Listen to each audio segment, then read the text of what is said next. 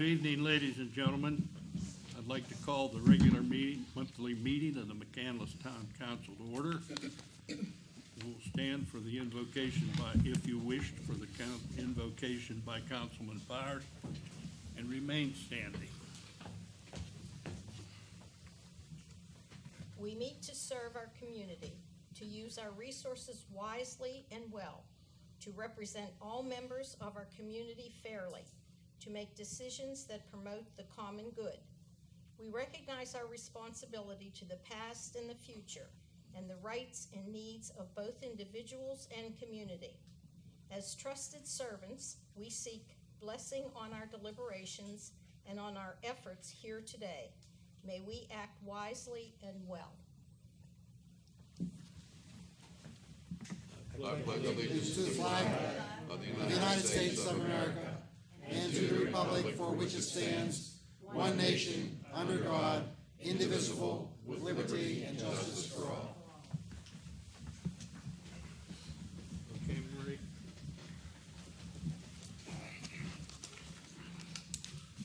Moving right along, any announcements? I have no announcements, Mr. Chairman. Zoning Committee, Don't you want to move the report? move to approve the minutes, Ralph. Mr. President, move to approve the minutes of council's regular business meeting of September 25th, 2017, as submitted to each member of council. Second.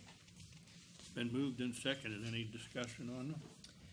Mr. Chairman, we adjourned that meeting and then continued that meeting on October 9th.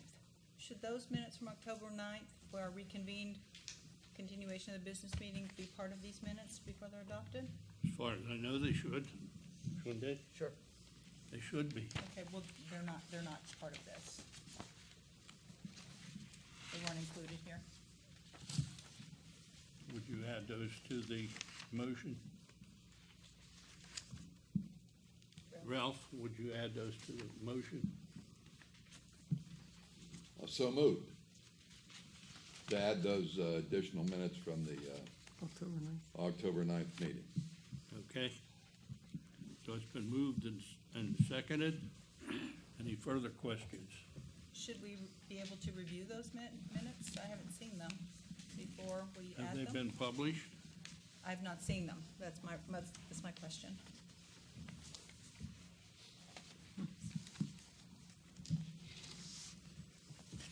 I don't believe they've been published yet. None of them have been published.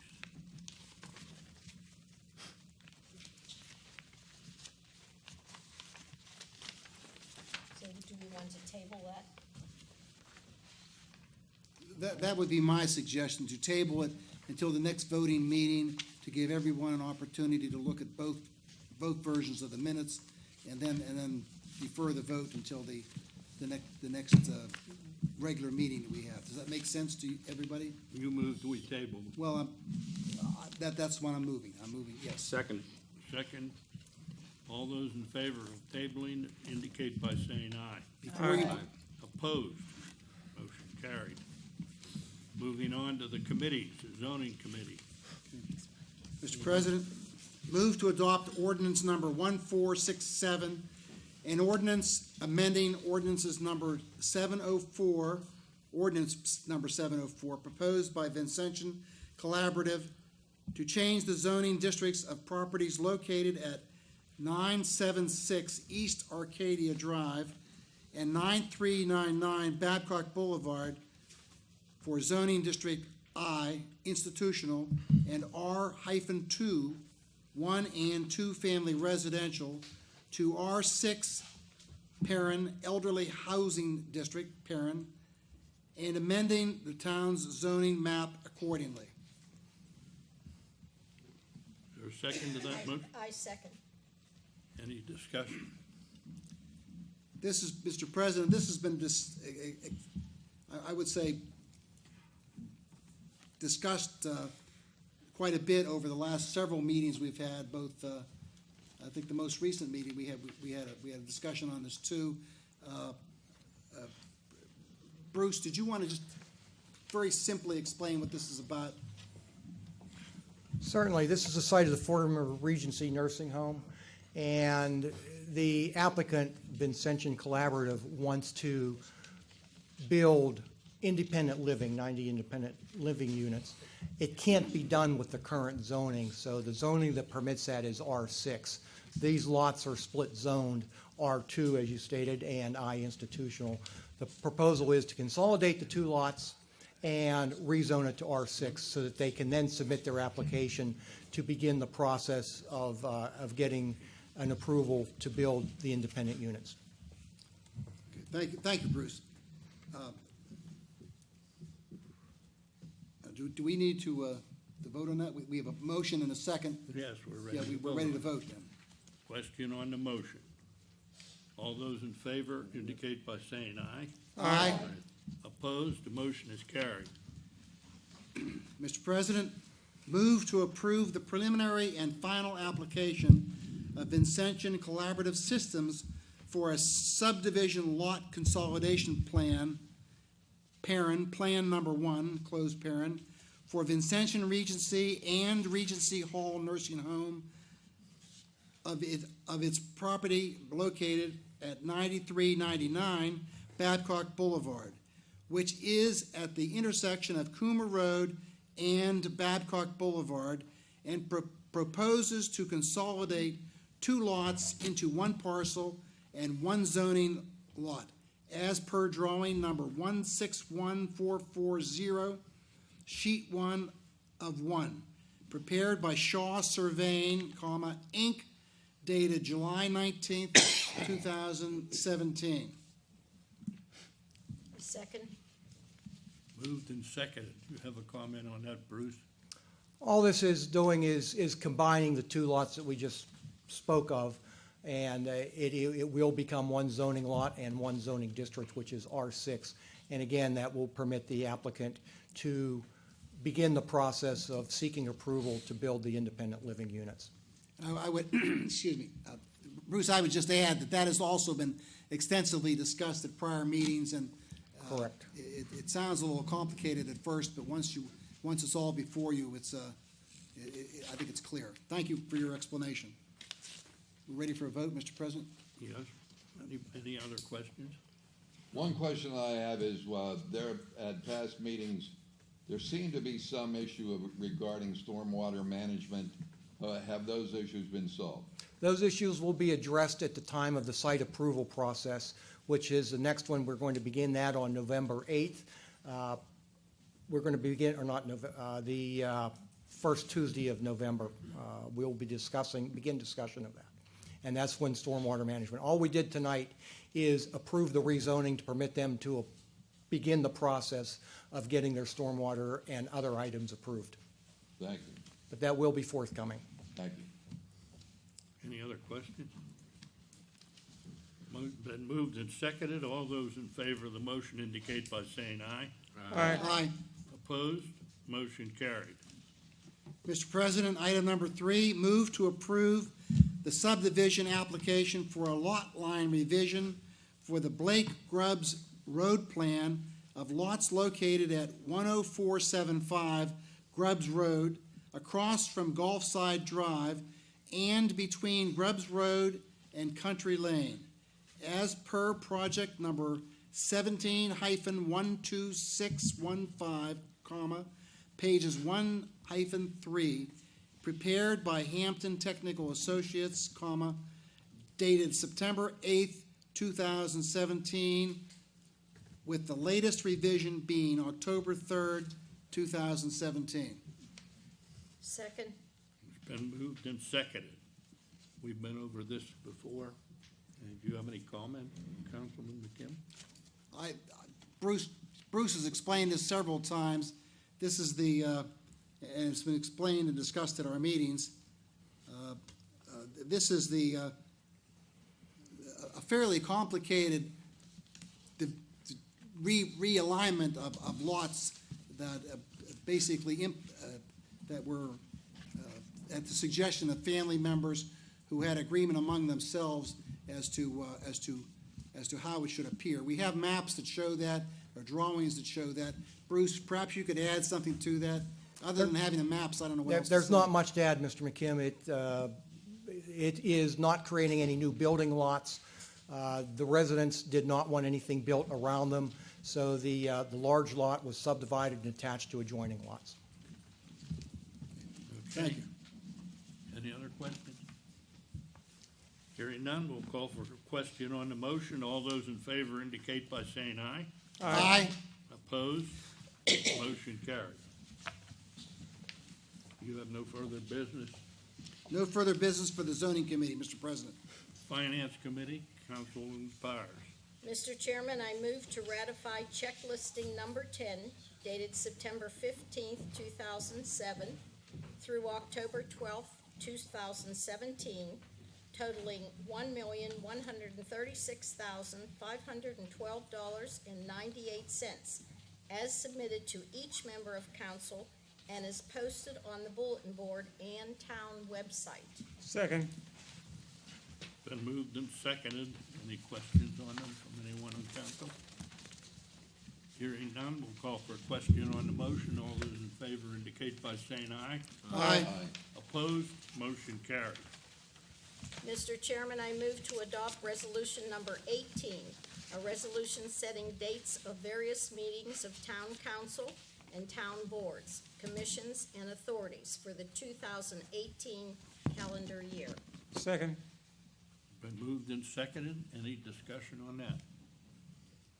Hearing none, all those in favor of the motion indicate by saying aye. Aye. Opposed? Motion carried. Item Mr. number 3. Mr. Chairman, I move to adopt resolution number 19, a resolution authorizing the 2017 allocation of general municipal pension system aid. Second. Any discussion on that? Questions? Hearing none, I'll call for a question on the motion. All those in favor indicate by saying aye. Aye. Opposed? Motion carried. Mr. Chairman, I move to approve the termination of the deferred retirement option pension and the retirement of Lieutenant Thomas E. Niebel effective November 1st, 2017. Second. Moved and seconded. Is there any discussion or question? Hearing none, we'll call for a question on the motion. All those in favor indicate by saying aye. Aye. Opposed? Motion carried. That concludes the finance report. Thank you, Councilwoman Powers. Councilman Waskoskis, Services Committee. Move to accept Northland Public Library Authority Board of Trustees 2018 proposed budget as submitted. Second. Been moved and seconded to accept the budget as submitted. Any discussion? I have a question, please. I know that the library is in need of a new roof and an AVHC unit, which was not included in their 2018 budget. Councilwoman Powers, do you know if the library has any intention of coming before council the next year for additional funds? Not as far as I'm aware. They are looking for other areas to get some help. So at this point, that's not what they're planning. Would it be permissible, I think Mrs. Steele is in the room. No, Could I she ask was her? here last She's month. here. She's here. Yeah, she's here, she's interviewing. Would you mind coming up to the microphone and answering her question for her? While she's positioning herself, good evening, Ms. Steele. I believe that I had commented at one of our last meetings that I thought that there should be a provision in the budget for the anticipated cost of the HVAC. Now, I understand it's not in there now, and I thought that the library board had decided to do that, and it was just a matter of time with their accounting advisors to do that. Please go ahead after that comment. You need not respond to my comment now, but as you proceed. Sure, I'm Amy Steele. I'm the Executive Director of Northland Public Library. First of all, I would agree with what Councilwoman Powers had said. We do not have any intentions at this point of coming back to the municipalities. That involves a lot more than just the town of McCandless. We do serve 5 municipalities, so we are looking for external sources for that funding, as well as using the savings that we do have. We're looking at a lot of different options, from grant funding to additional savings, some energy savings programs for the HVAC repairs. So we're exploring all options that are out there, and we hope to be able to complete both of those projects with that funding. If not, we will look for alternatives to either, if we have to, postpone something, which I don't want to do, but that's our intention. And as far as what we had discussed, Councilman McCam, was a capital budget, and that is on our to-do list to complete our capital budget. We had begun that project, and once that capital budget is complete, then we will share that out with all of our municipalities. Is there any other? Thank you. Thank you. Thank you. Does Thanks, that Amy. answer your question? Yes, thank you. So we'll move on with the original vote. Question on the motion. All those in favor of indicate by saying aye. Aye. Aye. Opposed? Motion carried. Public Safety Committee. Councilman Ladon. Mr. Chairman, move to adopt ordinance number 1468, an ordinance repealing the prohibition against parking on both sides of Highview Street from Lincoln Boulevard eastwardly to its terminus. Second? Motion has been made and seconded. Is there any discussion on that one? We had discussed this issue at previous meetings and found that it would be beneficial to the residents of that street. Okay. All those in favor of that motion indicate by saying aye. Aye. Opposed?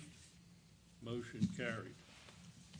Mr. Chairman, move to adopt ordinance number 1469, an ordinance prohibiting parking on both sides of North Florence Road from its intersection with Louisville Drive South to the starting point of the cul-de-sac at the terminus of North Florence Road.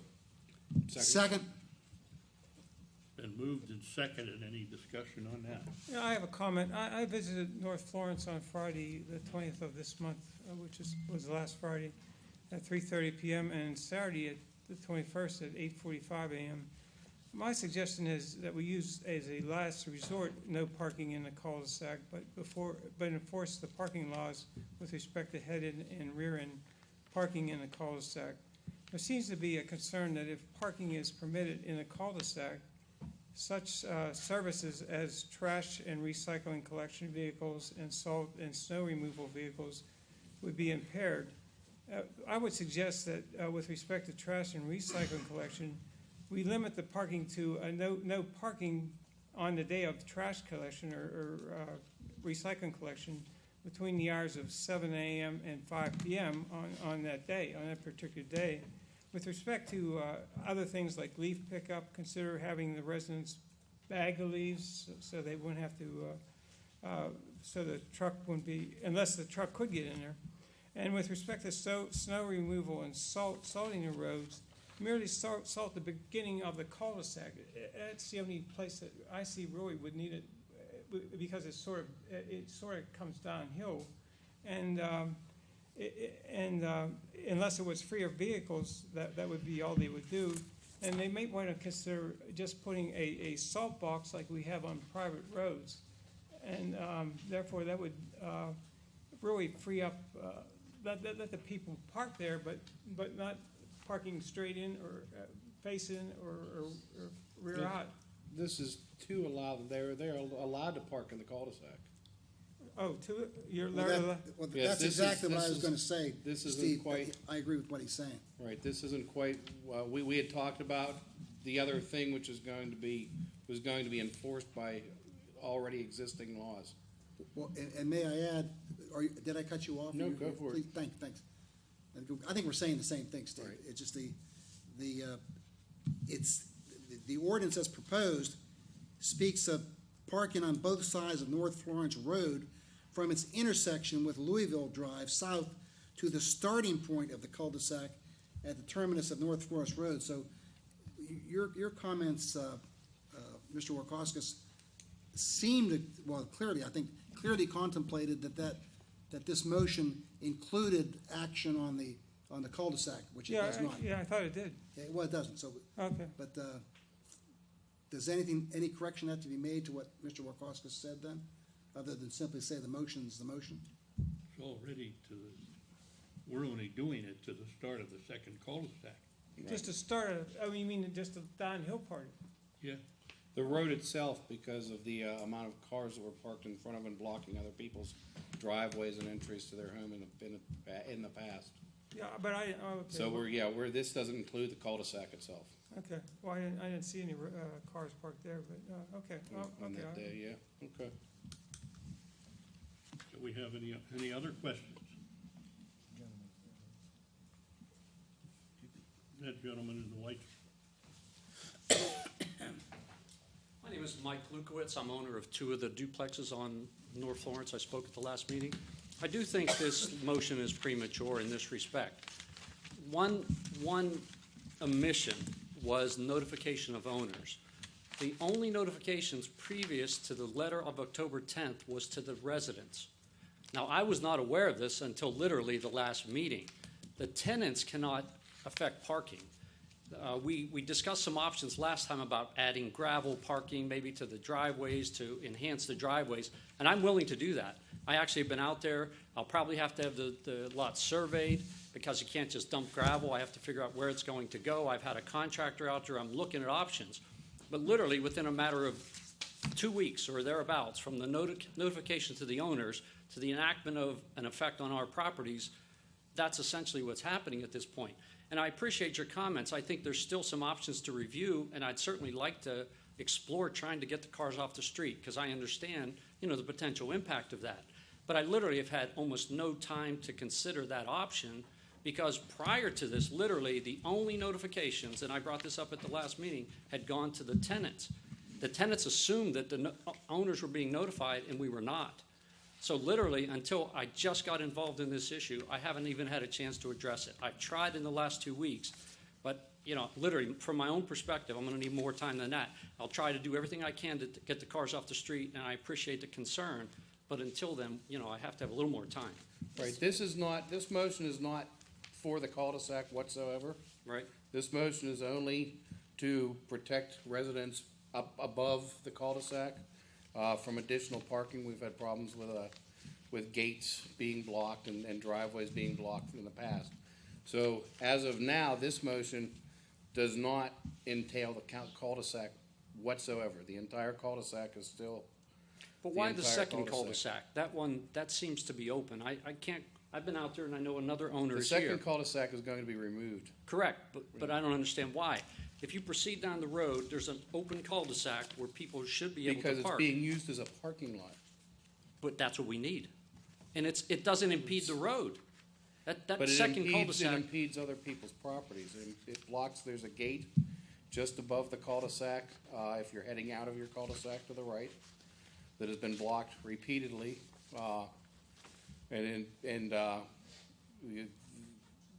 We should have never had the second cul-de-sac. It should have been removed when the final cul-de-sac was installed.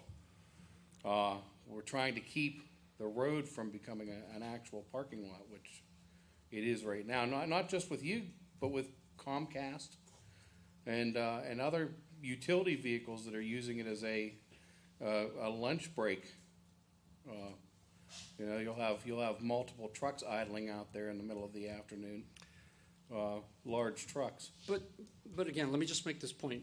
So everybody understands, as you proceed down this road, and you may all very well understand this, you go down and there is a cul-de-sac in place, asphalted cul-de-sac, which allows for parking. When you proceed down the further road to the true cul-de-sac, that's where you have 5 duplexes and the concern for all of the parking, for all of the residents. We have a natural place to park, and we're discussing taking that off the table. I can't quite physically understand why we would do that. But You're asking the town to provide a parking lot for your commercial. not at all. It's currently permitted. It's currently permitted to public park along the property. curb, isn't it correct? Road, it's a public road. Correct. So why would you eliminate that if it's already available? I Because don't it's- understand the problem. Causing maintenance issues and complaints from other residents. and it sure is not needed. We hardly need a secondary parking zone for people who have 6 cars in a one garage duplex. But it's currently permitted by law to park on the street by the curb. For whatever reason, when you have 5 duplexes and an issue with parking, why are we removing parking? Honestly, I don't understand the issue. You're saying that a gate is blocked, but a gate for access to parking, or a gate, is it a For driveway? access to other people's property, and when asked to move, they've been laughed at by the tenants from the. So now it's one person's From the issue. cul-de-sac. Well, that's one of the times that I've heard it.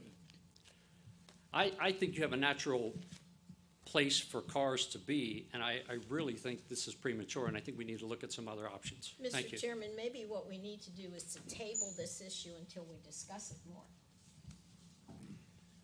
Or at This has least, been an or issue at least for give years. the owners a chance to make some. Well, I can see giving the owners a chance to make their changes before we do any enforcement of the cul-de-sac. The head-in parking, the problems with the cul-de-sac. But coming up and interfering with neighbors up the street, and I mean, not that I'm complaining at all, but our neighbor happened to have 4 people over the weekend, 4 different cars in there, visiting them and staying over, and it made it nearly impossible for anyone else to get up and down the street, just with 4 cars in one street. We were talking about dozens of cars in the street sometimes at this cul-de-sac. Well, I essentially agree with what Mr. Mertz, Councilman Mertz has said. I am, I would say qualified, because I'm not voting yet, in favor of prohibiting the parking on both sides because of the problems that parking on both sides has created for some. Multiple years. Yeah, for years. And although having just said that, I don't think it would be wrong to table the motion until there's an opportunity, which should be very quick, for the actual owners of the property to comment on. Right, the but we're not situation. doing anything with the cul-de-sac right now. If we're just, yes, sir, if we're just dealing with the cul-de-sac, but I'm talking about the whole underlying motion. Well, the whole underlying motion is properties up the street from the cul-de-sac. You're talking about the far To give cul-de-sac. relief to people above the cul-de-sac who don't have anything to do with these 5 duplexes. Now, I thought that the gentleman who just spoke, whose name escapes me for the moment, Mr. Breck? No. Who's Bob Breck that signed this letter? Okay, I'm sorry. What was your point then? I guess, I guess that if I could, well, his point, he made a point. May I ask his question? well, I understand his point because that's the same Sir, point I put in please, my letter. please. Just, you will have the opportunity to talk, but I asked him a question. And just for the sense of orderliness. Yep. My point is this, if I could diagram this for you, and again, I appreciate the concern at last meeting. There seemed to be some urgency, and I can appreciate that it's been for years, but the truth is the property owners have not been involved whatsoever, literally until 2 weeks Okay, ago. that's your point, that the No, property owner. my point is this, that even as proposed, you literally have, if you can imagine a figure 8, that's literally the best description I can, as you're proceeding down, you have a figure 8. And what this ordinance is saying is that on the upper portion of the 8, you're not going to touch the cul-de-sac, the lower portion of the 8. You have an existing 8, a curvature, that allows for public parking in a place that we're concerned about parking. So what we're proposing is to take that parking away, which it's a natural place for people to park. Why would you, by legislation, take that away and help the people in that area to park where they need to park? Not impeding the road, not impeding safety vehicles, not impeding the salt trucks, but we're going to take that away. That, to me, that is the natural place for people to park. Mr. President, there's a gentleman in the audience that you obviously observed who has something he wishes to say on the topic. I defer to your judgment as to who should speak Well, he next. can speak to it. Do you have something to add? Well, I'm Bob Breck. I'm the owner of 9284 and 9282. A couple doors down from the previous gentleman. what he said is just what I was gonna say. I mean, it's a figure eight. There's an upper cul-de-sac and a lower cul-de-sac. And to mitigate the problem with parking along that area, I would really advocate allowing parking to be on the upper cul-de-sac that's out of the roadway right away. That would not impede any type of deliveries or sold trucks or whatnot, because there's a bulge in the road up there, the top of the figure eight.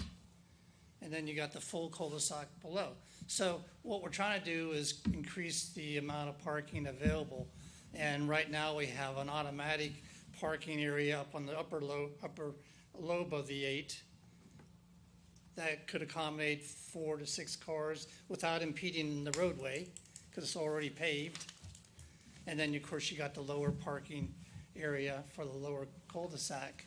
What you're saying is you think since your properties don't have enough parking for the people in front of their own homes, that those people should move up to in front of other people's homes? Well, I mean, what we're trying to use is the available space that we have without impeding the roadway, of course. But your available space is moving up into the front of other people's Well, we're just property. using the roadway as it is. The point is that unfortunately, the way the area was laid out in lots and the way it was zoned for duplexes, you got 5 duplexes, which is 10 families, all sharing that lower cul-de-sac. That's it's pretty tough. And you got a lot of terrain constraints, with not being able to use the backyards and so forth for expansion of your area. So what we're trying to do is to use the area we have, the roadway we have, but not impede the roadway itself. Yeah, but you're trying to use the roadway that you have, plus the roadway that the people above you have, that is in front of their properties. Well, I don't know many people who would want neighbors from down the street parking in front Well, of it's their house right next all the to time. us. I mean, it's not as if you're going down the road. But I would just say this, that the cul-de-sac itself, I've been there for many years, to my knowledge, has no driveways pinned in it. So if you did park along your upper lobe of your 8, along the cul-de-sac without being in the roadway, you're not going to be blocking anybody's driveway or walkway or whatnot. It's all, You're blocking access to the lower area of at least one of those yards. I don't know I've where been you're, back in there I don't know and where to- you're talking. I mean, there's a, Heading on the left, you're blocking access to people who have tried to even get in and landscape their own property and have not been able to because of other cars stacked up in front of their, and when they've asked those people to move, they've refused to move. That's the problem. I don't Right, know. when you're blocking other people's property because you've got too many cars on your property. May I ask, was there a motion made that has not been seconded to table? Was that, am I remembering wrong? Nobody made a motion. Okay, nobody made motion such to a table motion. yet. Nobody Okay. made a second. Okay, I would, No, it was second. I would call the question, My motion was, Go ahead. what is he, you saying something? no, my motion was seconded. Which I is stand by my For, motion. Yeah, that's exactly. for this motion, not That's for, right, I called the not question, to table it. I called the There's been question no on the second. motion. Question on the motion, which is to prevent parking as it's written. All those in favor of that motion indicate by saying aye. Aye. Opposed? Aye. Nay. Roll call vote. Ward 1, Aye. Ward 2, Jerry? Aye. Ward 3, Aye. Ward 4, Aye. Ward 5, Nay. Ward 6, Aye. Ward 7. Aye. We have 6 in favor, 1 opposed. Motion is carried. Any other business, Mr. Public Safety? That concludes the business for public safety, Mr. Chairman. Thank you. Thank you. Public Works. I move to award a contract Phase 2, 2017 Stormwater Management Facilities Maintenance Program. Work is specified by the town stormwater engineer to Jay's Construction LLC in the amount of $96,750. Second. Motion has been made and second. Any discussion on this motion? Hearing none, we'll call for a question on the motion. All those in favor indicate by saying aye. Aye. Opposed? Motion carries. Recreation Committee. Mr. Chairman, I move to award a contract to Pitting Recreation Incorporated to provide and install the replacement of playground equipment at Devlin Park, adjacent to Town Hall, with a game time playground structure model PS 16042, twin spin modified, at the net amount of $46,441.50, plus installation costs of $22,945, under U.S. Community Pricing Contract number 110179, and the placement of the engineered wood fiber in the amount of $2,200 under CoStar's contract number 14, at a total cost of $71,586.50, with this price having been discounted by the Game Time Corporation by $43,791.50.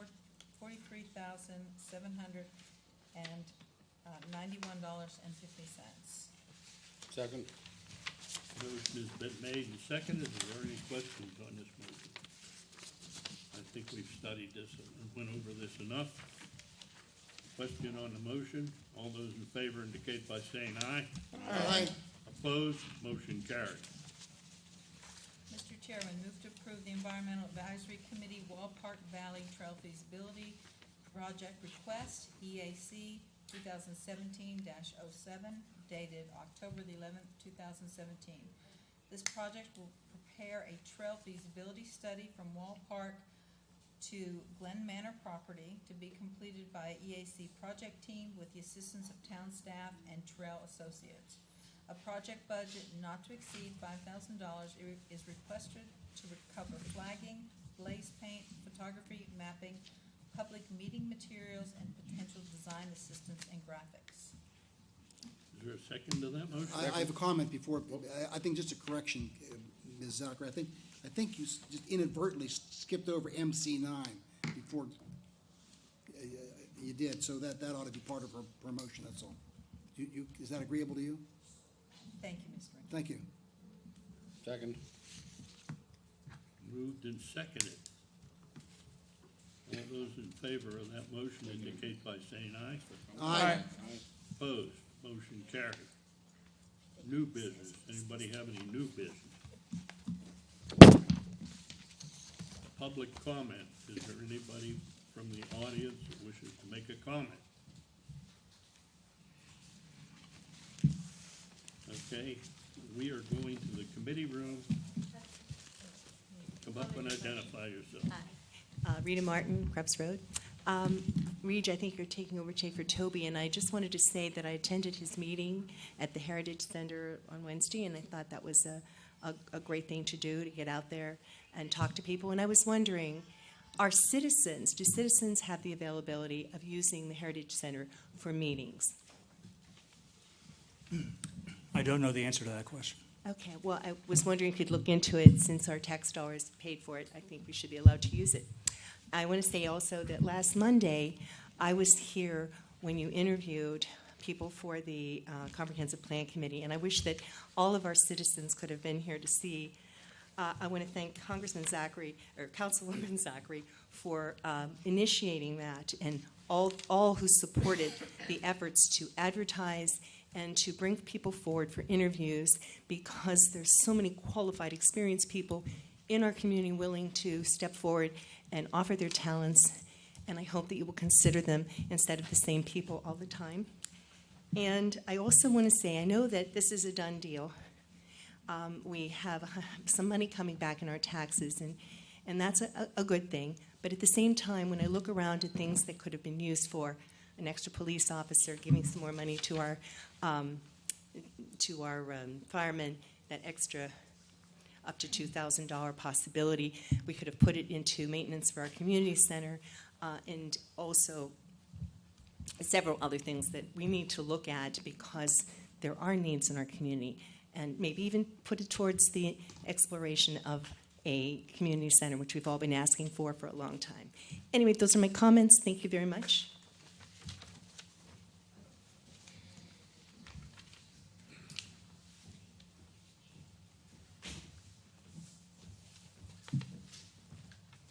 Georgiana Lykar, Grubbs Road. My comment is as such.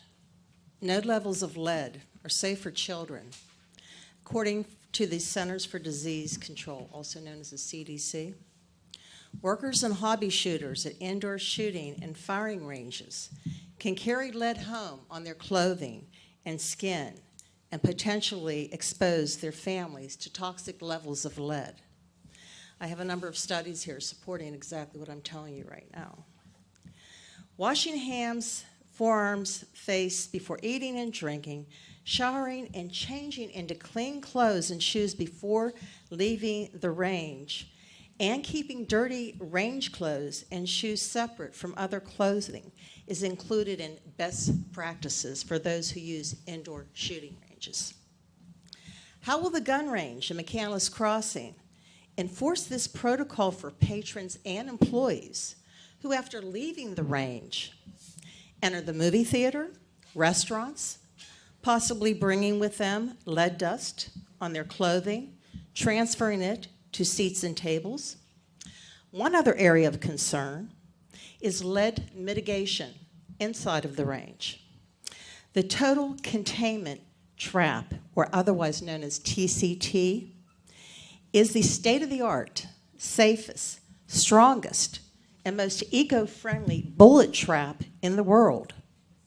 It is equipped with the most efficient lead collection system available, which keeps shooters, employees, and the environment safe.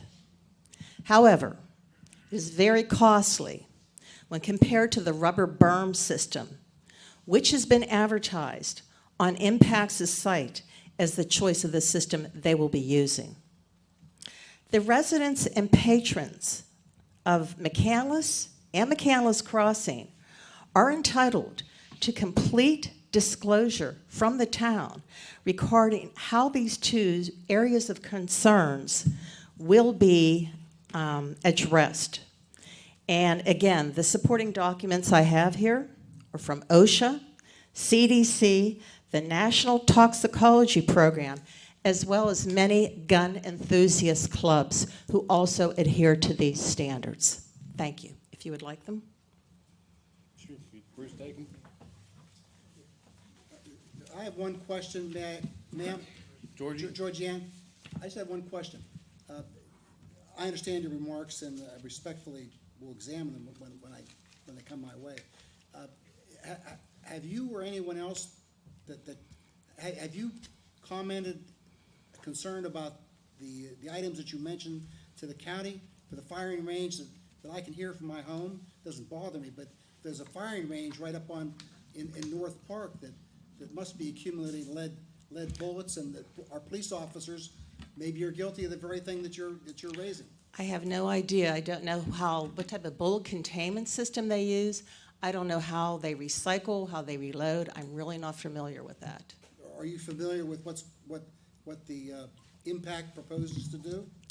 I am, as far as their bullet containment system. It's on their website, and it's called the rubber berm. Okay. And the state-of-the-art one is called the TCT system, which is in the file that I gave you. And it is the state-of-the-art. It's the most environmentally friendly. And it also does not pose the risk of fire, which is a consideration.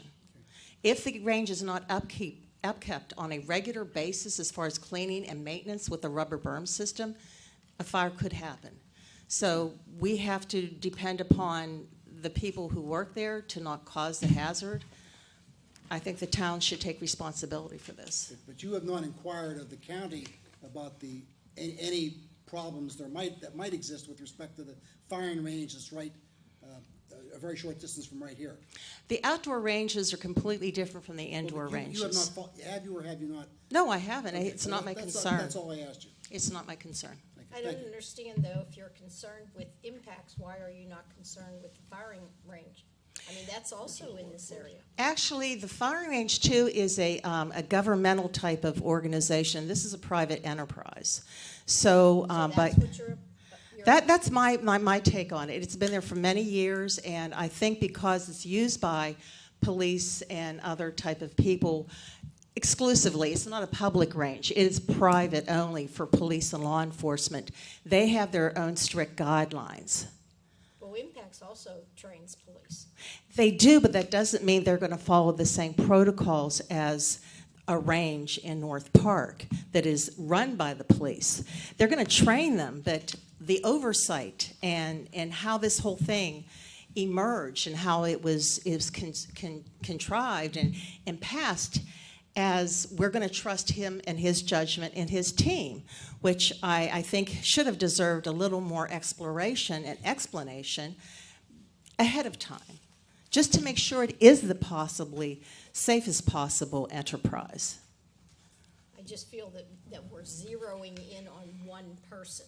I mean, it's neither here nor there as far as I'm concerned, but I feel like your questions and your direction of what you're saying is zeroing in on one business. I shouldn't have said one person. I'm saying one business. If you're questioning the guns and that type thing, okay, I understand your questioning, but then why are you not questioning that firing range? Well, because I think you should have taken it all in then. well, I disagree with that. What happens if the police go to the theater or the restaurant after they have shot at the range? Hopefully, they will be practicing good housekeeping policies as outlined by OSHA, CDC, and the National Toxicology. Well, that's my question. That is my question, because But we're back to the point that I said then. Why are you not questioning them? that is not why I'm here. I'm not here to question what past experience, and I know that range has been around for many, many years. I don't know. I did not explore that at all. But going forward, in fact, that range I'm sure was around in the 70s whenever leaded gasoline was still legal and lead in paint. I don't know what it stands today and what remediation they have done since the public has become more aware of the lead issue. So this is something new. This is something we can do something about ahead of time, proactively rather than reactively. Wouldn't this already be reactive since the building has already been approved? And I don't know. I don't know what stage of development they're in because we have not really, it's being called an office building with a gun component. So I do not know. I've seen nothing on the website as far as what has been installed, what has been placed so far. I do hear every time a storefront is opening and they're stacking the books inside of a store in McCandless Crossing for a new bookstore. But I have not heard anything about this enterprise. you haven't heard that from us. You've heard that from Access McCandless. I don't follow that. I've seen that one from a couple of times. Mr. President, we used to have, during your tenure, a shooting range here in McCandless. And they built a church on that lot. Was there any remediation of lead there, or is that still a... No. So that's still a place where children actually go to church, where the grounds could be contaminated in the lead that...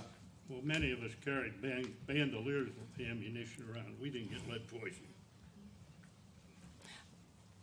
This is the 21st century. May we proceed? I think we exceeded the 5 Thank you. minutes. By Yes. We also had an indoor range in this building. Just as a comment, I'm not really involved in this discussion, and I agree with Councilwoman Powers and the other points that were brought up in the fact that maybe we do need to look at all of these organizations or businesses that are popping up in our town. We're looking at one and not the other, and there was the Sportsman's Club, and I remember it as well. That is a church now. So maybe this brings up the point that, as Mrs. Power said, that it's not just one business that we need to look at for this particular point to be made. Is there a hazard here? We have other ordinances in the town, ordinance laws, that cover other businesses. Is this one that we should be prepared for? That maybe isn't there now. Thank you very much. Okay. And my name is Deborah Sagan. We're going to go to the committee room for the purpose of interviewing people for the comprehensive plan. Mr. President, that is a public meeting. We're just That's public We're just meeting, this moving over meeting for is not convenience. adjourned.